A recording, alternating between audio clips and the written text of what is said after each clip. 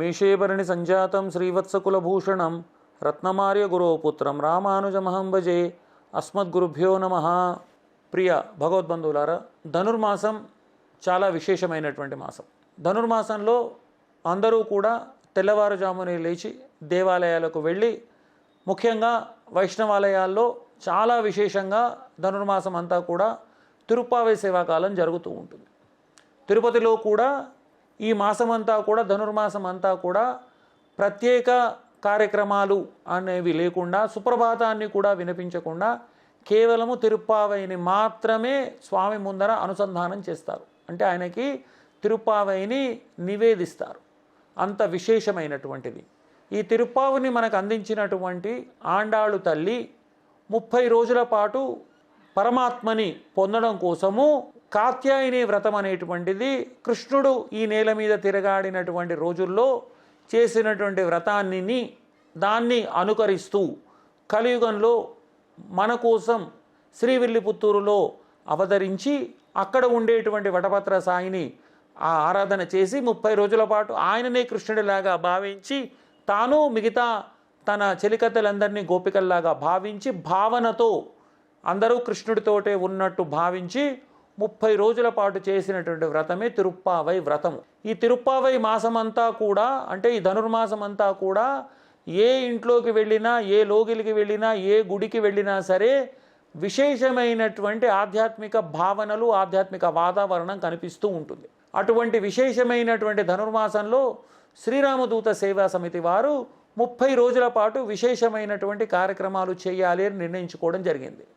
అంటే 30 రోజుల పాటు ప్రతిరోజు స్వామికి, అమ్మవారికి ఇద్దరికీ ఆరాధన చేసి, శ్రీకృష్ణుడికి, గోదమ్మ వారికి, తర్వాత లక్ష్మీదేవికి ప్రతిరోజు అష్టోత్తర నామార్చనలు చేస్తూ, తిరుప్పావైని ప్రతిరోజు పఠనం చేస్తూ, పారాయణం చేస్తూ, అమ్మవారికి వినిపిస్తూ, అట్లాగే ప్రతిరోజు కూడా సుందరకాండ పారాయణం కూడా విశేషమైనటువంటి రోజు మార్గశీర్ష మాసంలో వచ్చేటువంటి రోజులు కాబట్టి హనుమంతుడి యొక్క, రామచంద్రుడి యొక్క అనుగ్రహం కోసం సుందరకాండ పారాయణం కూడా చేస్తూ, అలాగే విశేషమైన రోజులు మధ్యలో వచ్చేటువంటి విశేషమైన రోజులు అంటే 18వ తారీఖు రోజు చిత్తా నక్షత్రము. చిత్తా నక్షత్రము అంటే సుదర్శన స్వామి యొక్క తిరు నక్షత్రము. ఆ రోజు సుదర్శన ఆరాధన, సహస్రనామార్చన చేసి మరుసటి రోజు 19వ తారీఖు, డిసెంబర్ 19వ తారీఖు ఏకాదశి.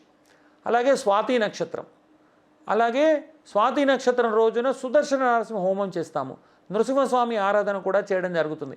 ఏకాదశిని పురస్కరించుకొని నృసింహ సహస్రనామార్చన కూడా చేయడం అనేటువంటిది జరుగుతుంది. రెండో విశేషమైనటువంటి కార్యక్రమం. అలాగే 23 డిసెంబర్ రోజు అమావాస్య.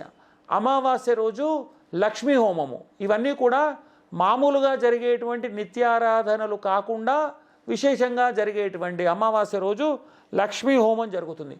20వ తారీఖు రోజు, 26వ తారీఖు రోజు శ్రవణ నక్షత్రం. శ్రవణ నక్షత్రము వెంకటేశ్వర స్వామి, హయగ్రీవ స్వామి నక్షత్రము. ఆ రోజున హయగ్రీవ హోమం చేస్తాం. చదువుకునేటువంటి పిల్లలకి, పిల్లలు పెద్దలు ఎవరైనా సరే చదువుకునేటువంటి వాళ్ళు, లేదా ఎవరైనా ప్రజల మధ్యలో ఉండేటువంటి వాళ్ళు జ్ఞానాన్ని పెంపొందించుకునేటువంటి వాళ్ళ కోసం హయగ్రీవ హోమం చేస్తాము. అలాగే 2వ తారీఖు వైకుంఠ ఏకాదశి.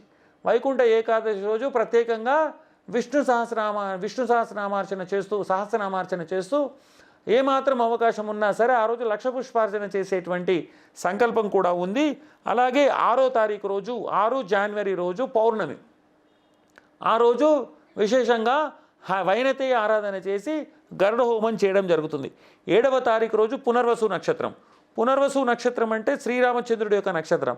ఆ రోజు శ్రీరాముడికి అభిషేకం చేసి విశేషమైనటువంటి సహస్రనామార్చన చేసిన తర్వాత రామమూల మంత్రంతో హవనము కూడా జరుగుతుంది.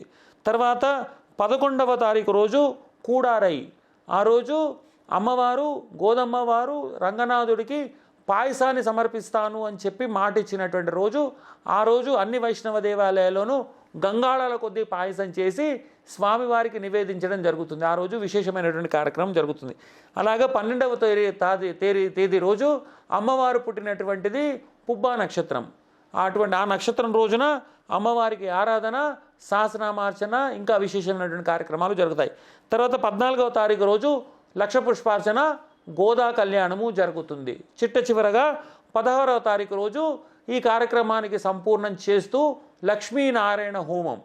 అంటే ప్రతిరోజు జరిగేటువంటి రోజువారీ పూజలు తిరుపావై సేవలు కాకుండా ఇప్పుడు చెప్పినటువంటి ప్రత్యేకమైనటువంటి కార్యక్రమాలన్నీ కూడా చేయడం జరుగుతుంది. ఈ కార్యక్రమంలో పాల్గొనాలి, మీ గోత్రనామాలు కూడా చెప్పించుకోవాలి అనుకునేటువంటి ఆసక్తి ఉండేటువంటి వాళ్ళు మీరే కాకుండా మన బంధువులు, హితులు, సన్నిహితులు, స్నేహితులు అందరికీ కూడా తెలియజేసి భగవంతుడి కార్యక్రమంలో వాళ్ళు కూడా పాల్గొనేటటువంటి అవకాశాన్ని కల్పిస్తారని భావిస్తూ మీకు అందరికీ అనేక మంగళ శాసనాలు చేస్తూ జై శ్రీమన్నారాయణ.